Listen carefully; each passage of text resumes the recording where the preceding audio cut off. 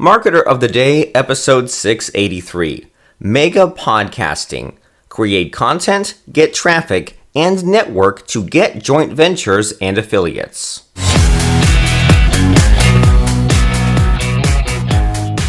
Hello, everybody, and welcome to the Marketer of the Day podcast. In case you're a regular listener, you might notice that I'm not Robert Plank, and this is somebody new. So for those of you that have listened to 600, 700, 1,000, I don't know how many episodes there are at this point, you're in for a special treat. I'm the special guest host, and that's what makes podcasting fun. So my name is Lance Tomashiro, and today on the Marketer of the Day podcast, we have a very special guest whose name is Robert Plank. Robert, welcome to Marketer of the Day. I am excited to be a guest on my own podcast. What is up? What is going on? So you know what? As long as you're a guest, that means I guess we get to ask all of the questions that us listeners to your podcast are just dying to know. And I think that the place that I want to start is, first of all, about how many podcasts have you produced on Marketer of the Day podcast so far? As of today, 682. 682, which is, I mean, when I hear that number, it's almost overwhelming. It's almost like, okay, Marketer of the Day podcast, 682 episodes. If I'm just a casual listener, and it's just overwhelming. So first of all, I know that this podcast has sort of evolved over time, not only in its name, but in the format to 682 episodes as of today. So can you kind of talk about the evolution of this particular podcast, how it got to where it is today, and really the beginnings of it and how you started? Because I don't believe that you just started, had all of these guests, had this big vision for it. So if you could kind of talk us through that, I think it would be really helpful and interesting. If I had known I would do 682 episodes, I would not have made a podcast. I would have been overwhelmed. And I think that that's a really important concept for a lot of people to think about. Don't plan out the next 10 years. Don't plan out your whole life. And what happened was, early on in my internet marketing career, I heard about this concept called moving the free line. I heard that you're supposed to teach some free things. If there's something new that you've learned, or a case study, or something you implemented, are thinking about, and it might not necessarily fit into something you're looking to sell as a product or for coaching, or you might just get some kind of interesting idea, right? People post things on YouTube or on LinkedIn or on their Facebook page all the time. So there's that importance of posting things for free. And 10 years ago, I heard that blogging was an interesting thing to do. So I registered my name.com. My name's Robert Plank, so I registered robertplank.com, and everyone should do that because there's only one of you, but someone else might have your name, and it's important to register that before maybe it becomes a porn site. Maybe someone might squat on it and try to sell it to you. Register yourname.com or your name plus a keyword.com.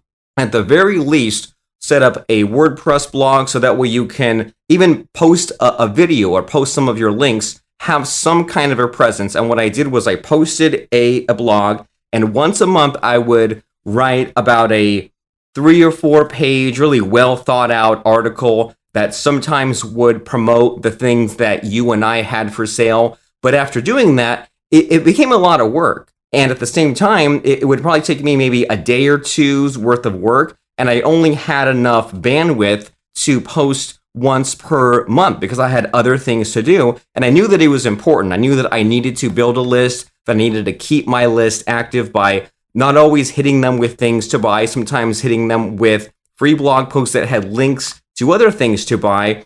But it got old after a while. And then this thing called podcasting became popular, which is what we're doing right now. You turn on your microphone, you speak into it, and the thing that you would have blogged about, or the thing that you would have told a friend or a customer, you speak that out, and that way you tap into this whole other crowd of people who might not be readers. They might be the kind of people that like to have something listening in the background. They like to have something they're listening to at the gym or while they're walking or running or in the car. And that was fun also for a while. But then I began repeating myself. I began running out of ideas. I began scrambling for something new. And I sometimes would worry, am I getting just way too detailed? Am I getting way too technical where if someone new had heard of Robert Plank or heard about internet marketing or heard about membership sites and they tuned into my most recent episode, if I at that point just drilled down into something really specific and overwhelming. And so I did a blog for about 4 years at once a month. And then at that point, I switched to a podcast. And that was, I would try to do once a week, but it would sometimes be more or less frequent. As you said, when we started, you can play by your own rules. You can mix things up. But once I got to 100 episodes, of some episodes being 15 minutes, sometimes episodes being 60 minutes, I hit a wall. I began getting bored. I wasn't sure if I was repeating myself, getting too detailed. And then this was at the point when I noticed that you had jumped to the number one spot in the business category in iTunes. And I think at one point, 4th place in all of iTunes. And it was you had gotten people on your podcast as interviewees. And at that time, it made me realize that this was a strategy that you and I have been doing this whole time. We just hadn't noticed it. And which was whenever I would do this thing that we always hear is so important called networking and going to live events, conferences, meetups like that. The problem is it seems like some people are really introverted and some people just have no problem socializing, getting some affiliates, making some of those hot deals happen. And I think most of us are somewhere in the middle, right? And you and me are definitely somewhere between those two extremes where we're not total shy shut-ins, but we just the socializing, the networking does not come naturally. We can't just roll into an event and land 20 joint ventures and get 50 new affiliates. And so for the rest of us, we need to do something a little bit differently. And what I have been doing since I began attending networking events is if I meet someone and we exchange business cards, and usually with the typical situation, you never hear from the person again. And what I have made a point to do ever since I began attending events was I say, what do you do? And they ask what I do. And I say, that's great. Let's set up a time when we both get home and I'll interview you. And so even before I had a podcast, I would meet with someone on Skype or a Zoom room or Facebook Messenger call, since we can do that nowadays, and record a quick 20-minute conversation when I would ask, what do you do? What's your website? What makes you stand out? And we would record that. And this is what broke me past 100 episodes on a podcast. And this is why I and everyone else listening could potentially record hundreds or thousands of podcasts. And maybe we shouldn't say thousands because that sounds really overwhelming, but you have the potential to. And when you involve other people, you don't run out of your own information. You can consistently create this free stuff, and you can be a real marketer, right? You can help other people out, and you can have other people create content for you while you, at the same time, introduce you and your audience to other people. And that is the quick answer of what has led me to these hundreds of episodes is having some kind of a free presence out there, and then also having that awareness of knowing that even though it might be unnatural and uncomfortable, I need to get out there, I need to network, and the easy, repeatable, predictable way for anyone to do that is podcasting, is by meeting someone and then having them as an interviewee on your podcast. It's a lot of fun, and everybody should do it. And I really like your emphasis on you have to have something free.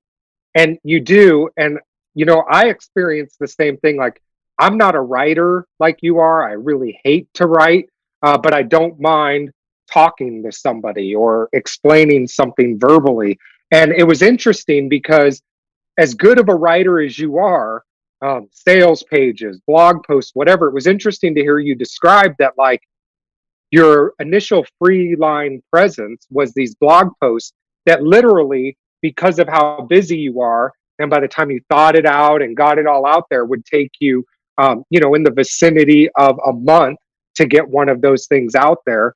And it's interesting that you can now transition that into, well, first of all, it was you just speaking by yourself on podcasts, basically doing what you would do on a blog post. And I don't want to assume that it was, if it was a 20-minute podcast that actually took you 20 minutes, because I'm guessing you were still kind of doing the same sort of prep work that you would do for a blog post, but it made it faster for sure. So you compressed, 1 month down to maybe a week where you could get a podcast recorded.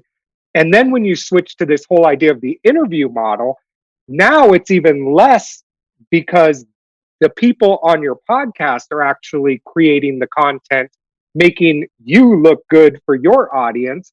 And you literally have to show up. And if the podcast is 20 minutes, it took you 20 minutes. And if the podcast is 30 minutes, it took you 30 minutes. No real prep is involved. And so I think that this transformation to the interview model has really allowed you to scale in the way that you have.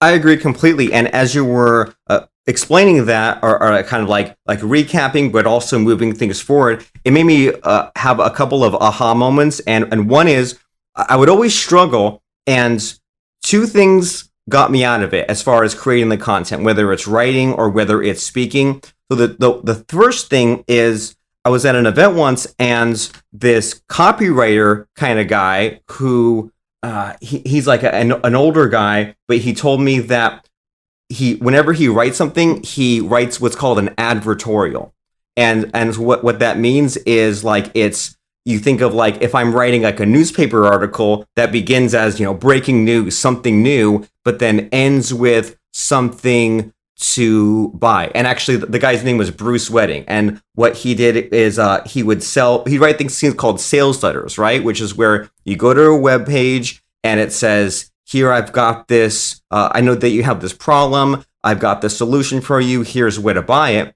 And so just framing things in that kind of way, where it's like, it's breaking news, knowing that at the end we'll give them some free information, but then once we have them interested and thirsty for more, we'll say, well, we only can cover so much in this news article. Here's how to take the next step and sign up for this list or buy this thing, take some kind of action, right? It doesn't always have to be pay $1 million. It can be buy something low ticket or sign up for something free, but advertorial, start as news and then transition into something to buy. And that leads me to the idea of figuring out what your template is. Because if you stare at a blank page or you click that record button and your mind is completely blank and you have no idea what to talk about, and you say, should I just say whatever words come to mind, or should I just start rambling? No one's going to like that. But if you have some of that clear focus and you know what the goal is, if you know where you want to send people, if you know what problem brought them to you, then now you begin filling in the blanks. And I just put out a book recently called wwhwbook.com. And there's basically a universal formula that helps you out with anything that you're creating, whether it's writing a book, creating a blog post, making a podcast. And it's for whatever reason, human psychology needs to see things in the form of, why is this important? As in, what's the problem? What is the problem? And what kind of tools am I going to use to solve it? Not necessarily solve it, but what concepts, what principles do I need to know? Then the third step is, how do I solve this problem? And then the final step is, what if this problem is solved? What's the next step for me? So that's why, what, how to, what if. That helped me with the blogging, because if I said, I want to make a blog post about search engine optimization, it's really easy to just jump into technical terms, but you say, hold on a second, why do I even care about this thing called search engine optimization? Then the blog post can begin and say, you have a website, you need to get people to see it, you need traffic. How does that happen?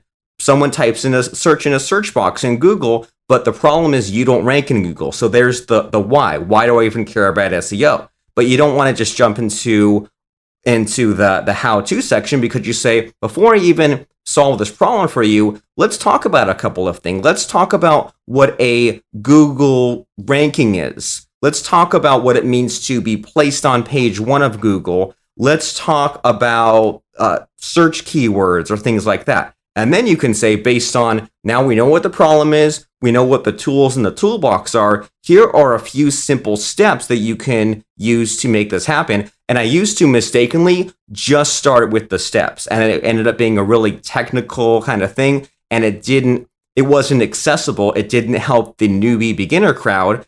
And then also, if you stop there, or if you only have that how-to section, then you're just dispensing some information, but people don't know what to do next. So then you end with that final what if section there, where you can have what's called a call to action, where you can say, here's a link to go to, or here is an easy actionable item that you can do, or anything like that. Ask them to leave a blog comment, have some kind of action, so that way you're not just leaving people hanging. Why, which is what the problem that brought me here. What, which are the principles, concepts, terms. How to, which is step-by-step solving it. And then what if, now what are the next step actions? And this even has applied as far as these podcast interviews, because you correctly pointed out that if I have a 20-minute podcast interview, it only takes 20 minutes. It's not 2 hours of prep time and then 2 hours of editing time. It's 20 minutes.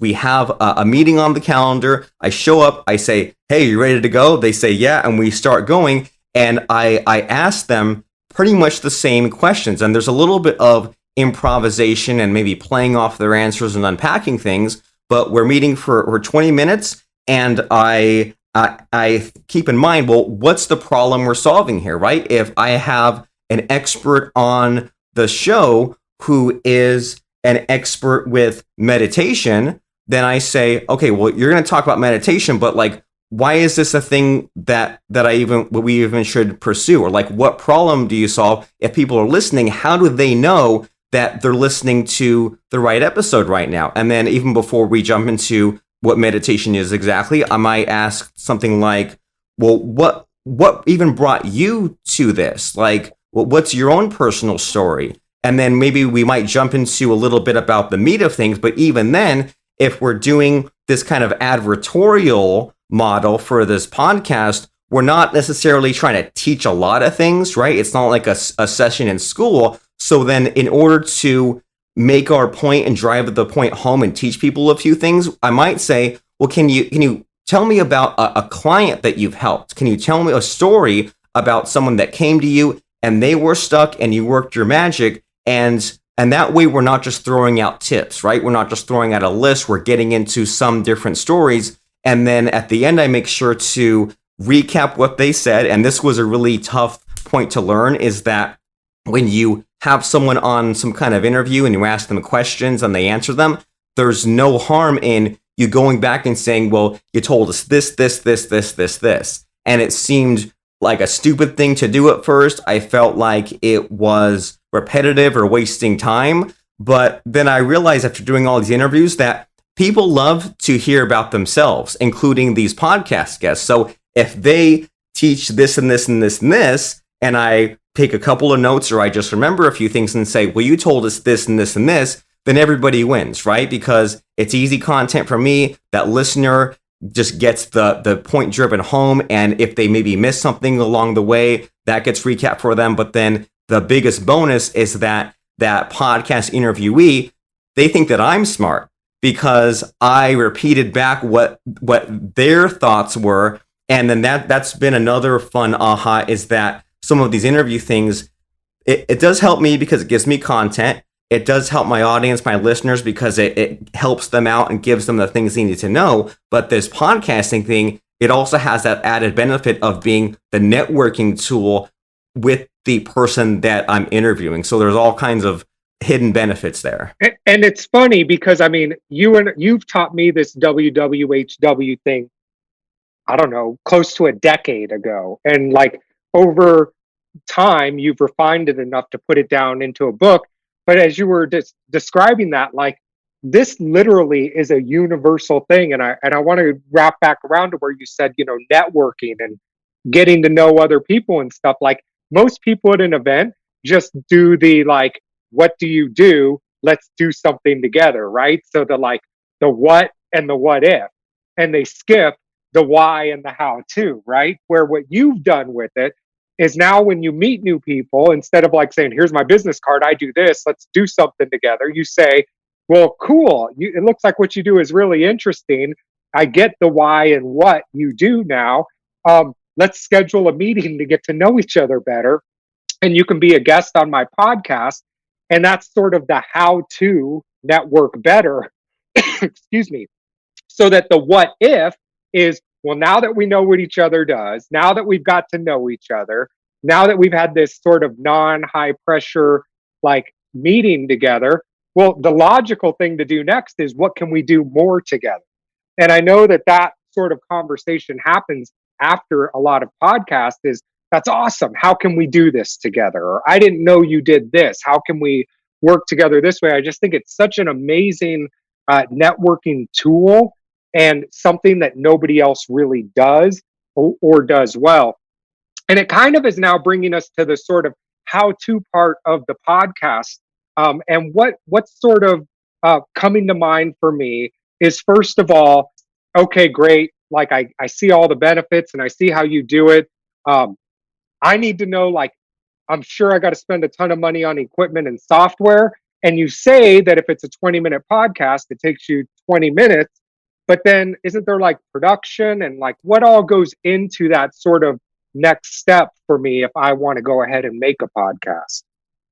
So I would say that one of the there's a handful of recurring themes that I have noticed from these podcast interviews, and the big one is the concept of ramping up, of starting small, of you don't have to have all your ducks in a row and have all the fanciest equipment that there is in order to just create one. And even in the WWHW book, I mentioned a concept called 1-10-100. And what that means is that anything that you're thinking about doing, if you want to meet people at networking events, if you want to crank out podcast episodes, for now, just think about one podcast episode. Don't think about all the ones that you're going to create, but just for the moment, get that proof of concept. Prove that you can do it. Record one podcast episode and get it live. That way, you at least have a podcast, because a lot of people, they put the cart before the horse, so to speak, and they plan out too much, and then they either get so satisfied with the plan that they've lived it out in their head and they think, well, great, that was something fun in dream fantasy land, or they get so overwhelmed and they say, there's 50 new things I have to do. So right now, the place that you can go is podcastcrusher.com and figure out how to make your podcast. And you can literally just use your computer's built-in microphone. You can literally use your phone to make your first podcast. But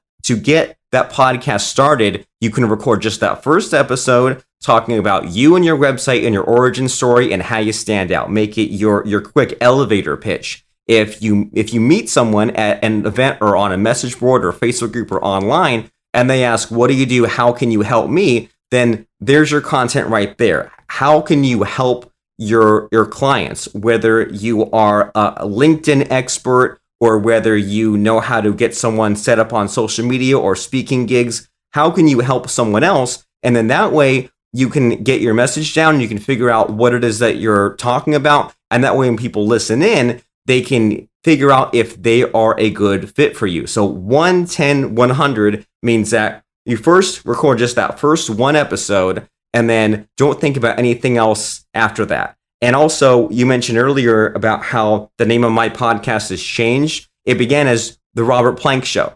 It began as my name, show, and your podcast began as The Lance Tomashiro Show. So that's one less thing to worry about. And then in Podcast Crusher, we show you how to move up from your regular microphone to a headset to a studio microphone, but you ramp up as all these successful podcasters have done. And so the 10 in 1-10-100 means after you record your first episode, think about a handful of things that you can mention. Think about books that have made a mark on you. Think about courses that have been helpful for you, other marketers that you can talk up. Think about your other products. And you probably have, if you've lived longer than 10 years old, you have at least 10 stories that can help people. 10 stories about how you've struggled or problems you've solved or things that have changed in your life, it's easy to think of 10 things to talk about after you've made that one episode. Also knowing that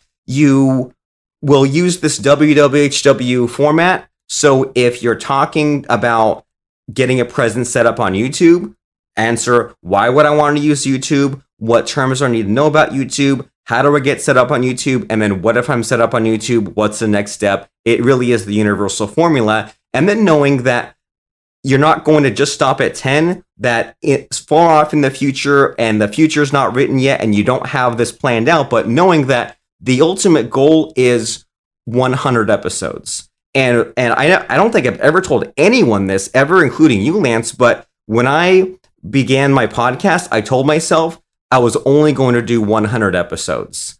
And I told myself that when I got to episode 50, I would announce that the Robert Plank show was ending, and I was planning on using that as a real attention getter. So people would say, oh no, keep the podcast going. And my plan was, as I was getting to episode 80, 90, 95, that I really was going to just finish it off. I mean, think about how many TV shows have gone on too long versus those that did X number of episodes, and then that was it, they were done. And I wonder that, I think that might have helped me a lot as far as cranking out this number, is I literally, and I can't believe I forgot about this until now, but I never told anyone, I had planned on only doing 100 and then ending it there. But as far as that advice being practical to everyone listening, you're going to meet more than 100 people in the course of your business and your life. And meeting someone doesn't mean that you have to have a really deep relationship with them. But if you think about your best customers, or you can contact your list or your Facebook following and just see which of your customers or your clients are gutsy enough to hop on a phone call with you. Think about people who are your mentors or your idols, or people that you've bought from, or people that you look up to. I mean, if our customers, if any of our customers, Lance, contacted us and said, can I be on the Marketer of the Day podcast? Can I be on the Lance Tomashiro show? We would probably say yes, because anyone can have a conversation. And I have had some podcast interviews that were just really mind-blowing and crazy and gave me a ton of ideas. And some were just okay.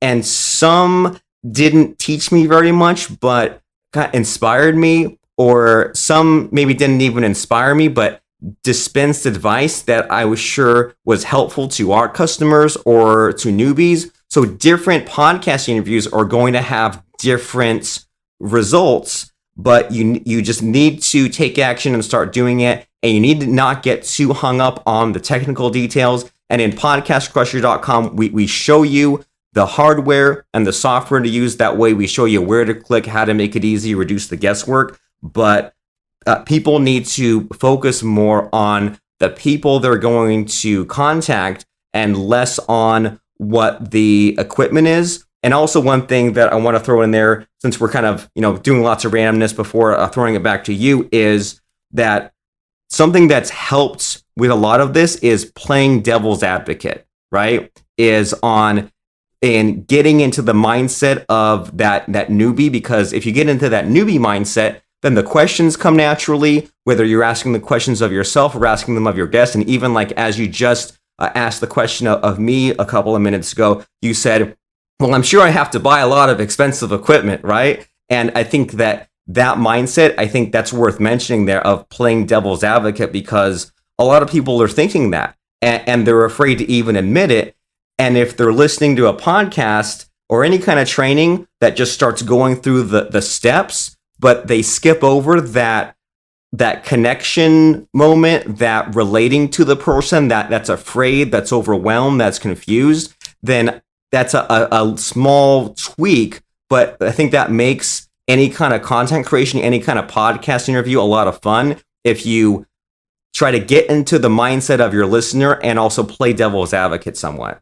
And, just to sort of continue on that for comparison for anybody listening to this, like, you're on, I think, like about a $200 microphone right now, right? That's the one that I sent you.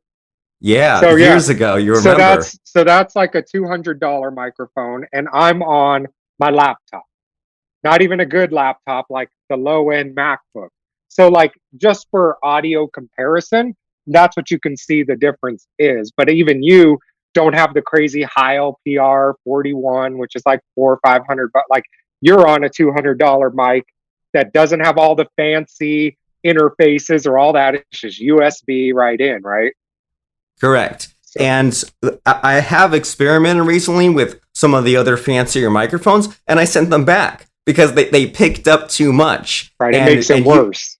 yeah, it's too good. And you and I have seen people go, we call it going down the rabbit hole, right? Because you buy the fancy microphone and then you need to get the foam padding. And then you need to move your office into a closet, and then you need to hang drapes, and then you need to get the preamp. You don't end up just buying the fancy microphone. You end up buying all the other stuff that comes with it. And again, that's a great thing to ramp up to. That's a great reward to give to yourself after a job well done of X number of podcast episodes, or if you've landed a really hard to get interviewee, or if your podcast has led you to getting a recurring client or making some sales, then by all means reinvest that back into your business. But don't go into it thinking that I'll buy all this fancy stuff and it'll be great, because the danger is you might end up with a big construction project on your hands. So don't make it hard on yourself. Make it incremental. And so along that whole idea of money and reinvesting and all of that, that kind of brings us to the what if part of the interview, which is if somebody has it, like understands why they need a podcast, understands what they need to do to have it done and how to, and the equipment that they need. The next obvious question in people's minds, since you mentioned investing, is sort of the monetization piece of it. And I know that the typical answer that we've seen from podcast gurus, and we've never sort of followed down this path, what we've tried and it flat out just doesn't work, is, well, get your podcast, get it really popular, get yourself ranked, and then get a big sponsor for your podcast. So my question is, what are your thoughts on, first of all, that advice? And second of all, how can anybody monetize a podcast?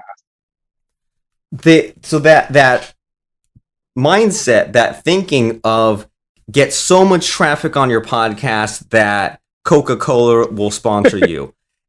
If you had that much traffic, you'd make more money promoting products directly, promoting Audible or Squarespace or ClickFunnels affiliate links directly, or promoting your own products directly. And that's just the harsh reality of it, is that if you had that much traffic, you'd make more money sending it to your own offers. And all of us mere mortals have to start somewhere. And a lot of the podcasts that you think have a lot of traffic don't have as much traffic as you think. And I've dealt with this personally. I had a mentor who had a podcast, and he kept saying that he gets 1,000 listens for years. And I was thinking, oh my God, I feel so bad. I put out this episode, I only got 300. I put out that episode, I only got 400. I found out years later that he got 1,000 listens total from his first 50 episodes. I felt like such an idiot. Most people aren't doing as well as you think they are with their podcast, but that's still okay, because the way that everyone here listening can differentiate is by being consistent. And what happens to a lot of people is they put out a few episodes and then just let them sit there. It's really important that you market your episodes, and there's a ton of easy ways that you can do that. One is by making sure that every podcast episode that you have, you at some point post it to Twitter and Facebook and LinkedIn. Post it to your social media. You don't have to post it all at once, and you shouldn't, but maybe set aside some time once per week to grab one of your podcast episodes. And it's okay if you do it in a random order. It's okay if these episodes are from months or years past. Just revisit those and make sure that those links are getting out there. And even if you only get a handful of downloads or listens, if you do that every single week, that adds up. Something else that is really important is just to tell your existing audience about it.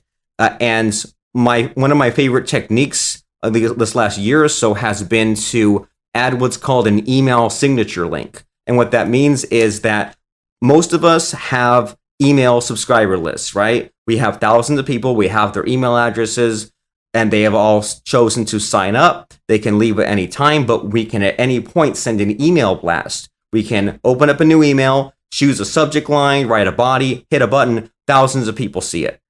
But then, and maybe you're giving some free information or sending someone to an offer, but at the bottom, a lot of people have a section that says, here's my mailing address, here's an unsubscribe link. What if above that, you had a link to one of your podcast episodes, either just yours or an interview with someone else? Again, that's small results that add up over time. And then it's also easy to get a following with your podcast if you submit to these things called podcasting directories. And this is the kind of thing that you'll know to tap into once you have your podcast set up. And again, podcastcrusher.com shows you that. But if you Google search podcast directories, there are literally hundreds of places where you can submit what's called your podcast feed. And that's just a way for any of these platforms to find your latest podcast episode. And there are just directories all over the place where you can list your show in these different directories. And then, since we've been talking about getting guests on your show, getting interviewees, then another piece of low-hanging fruit is you get someone else on your show and you circle back around and you say, hey, our episode's live, make sure to promote this to your audience. And of course, they're going to do it, right? If I hop on the Lance Tamashiro show promoting Podcast Crusher, then when that episode goes live, of course, I'm going to send that to my list. I'm going to post that on Facebook. Some of my guests have even run Facebook ads, but that's the one of many points of you having a podcast and having guests is so that way they can be on your show, but then they can tell their audience about their appearance on your show.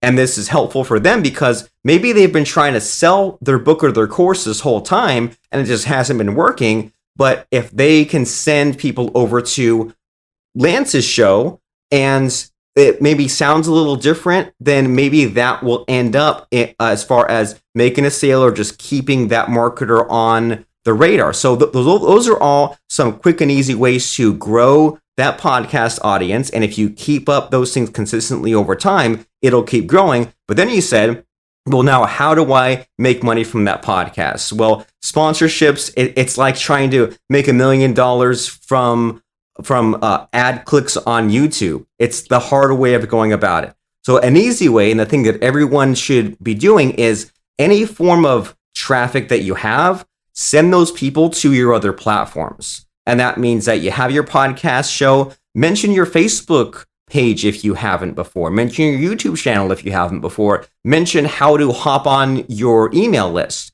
And then if you put out YouTube videos, mention your podcast and connect all your different platforms because this is a way to get people paying attention to you and listening to you. And then when you promote some kind of affiliate link or your own product or your own coaching, all these other platforms, now they'll see it in 5 different ways. And you should definitely plug specific offers on your podcast, just like how we mentioned a few times, Podcast Crusher and the WWHW book. And those are easy ways to make money from your podcast. And then the other way, so there's 2 other fun and easy ways to do it. And one of those ways is what's called a compilation book. And what that means is that you can take some of the recordings that you've made with some of these guests, get those recordings transcribed, cleaned up, and then now that is a chapter in a book. And I've done this once before, and then you and I are working on a new book like this. And if you think about it, not everyone will appear on your podcast as an interview guest, but those that do are there to get more attention to their website, to what it is they do. They're looking for more traffic.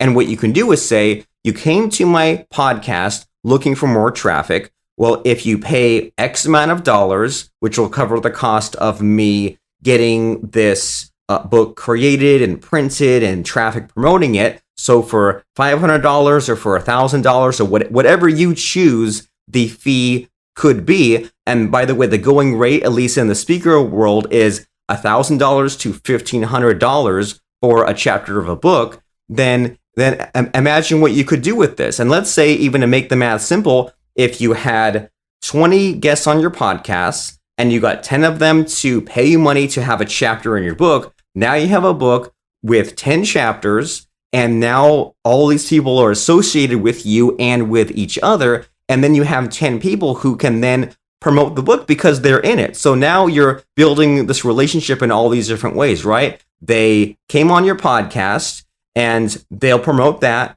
And then you plug their link for them, and maybe even they set you up with an affiliate link. Maybe you talk after the show and figure out some kind of a coaching offer. Maybe they'll buy something from you or they'll buy something from them. If they take you up on this book offer, now you're in a book together as well. And then maybe you can promote each other there. So you can make money from plugging your own offers, from having this compilation book offer. And then another avenue that a lot of people don't think about or talk about is that you are allowed to charge people money to appear on your podcast.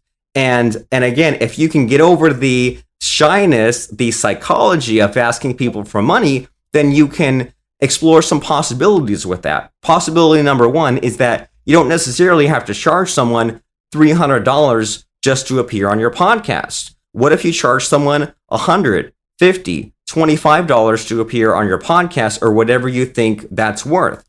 If you plan on running ads to promote that podcast, or if you have a sizable list or Facebook presence, then factor that in. And so it's completely okay to charge people money to appear on your podcast. A lot of people do it. And I mean, you think about if maybe they hop on your podcast, and then as part of that price, you will guarantee an email blast of that. Maybe as part of that, you can guarantee that you'll transcribe and clean up the interview. So there are a lot of ways to make money with your podcast, as long as you think outside the box, but also to realize that podcasting on its own, it's not some magic thing. It's creating content, it's a networking tool, and it's a way to get traffic. And if you keep those things in mind, then think about what other ways do you monetize traffic, or what are the traditional ways?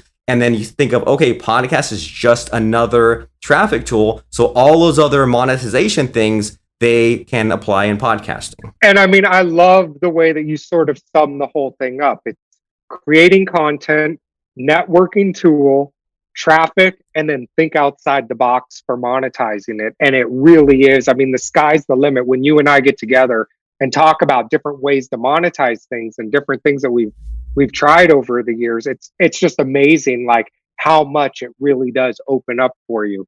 And I mean, this has been an awesome sort of behind the scenes look into the podcast that all of us love to listen to and have always kind of wondered about. And I think that the one interesting thing that I'm taking away from this is sort of the mindset and how you think about all of this, reminding me again of how important WWHW really is. That's the why, what, how to, what if, and really how it applies to not only a podcast, not only content creation, literally almost every situation that we find ourselves in, both in personal relationships, business relationships, and business building. And I think that this is going to be one of the best episodes, mainly because, you know, people hear you every single day, and now all of a sudden you're on the other side of the mic, so to speak. And it's really amazing to be able to get access to a podcaster with over 600 episodes under their belt and be able to sort of grill them about what's going on with this. So thank you for doing this episode. Thank you for having me as a guest. And if people want to find out more or get in touch with you, where can they go?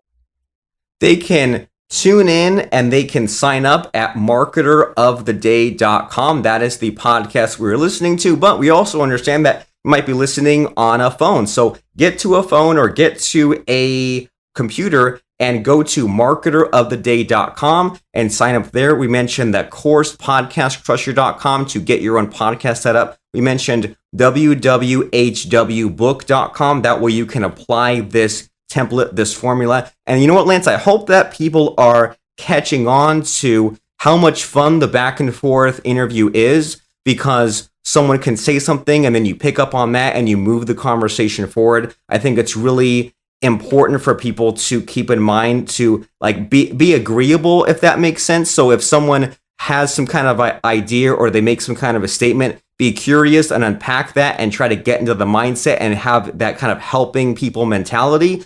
And that might be awkward at first, especially if people are thinking about or they want to do a podcast or they want to do interviews, but there's that hesitation. And the secret is to rely on a template, a formula at first. Remember, why, what, how to, what if. The formula helps to just get rid of the anxiety, get rid of the awkwardness at first, because if you know that I'm doing an interview, I start with the why, go to the what, go to the how to, go with the what if. You know where to start and you know how things are moving along in that conversation. And then as you get better, which you will, because it was awkward to tie your shoes at first, it might be a little awkward to do your first podcast interview, but you'll get better the more that you do. And then it will become subconscious. It will become automatic. And then the conversation can just flow the way it does with us, where one person asks a question and then the other person just talks for 5-10 minutes. It becomes really easy. It becomes a lot of fun. And this way you accomplish all the things that we're talking about: traffic, monetization, networking, making people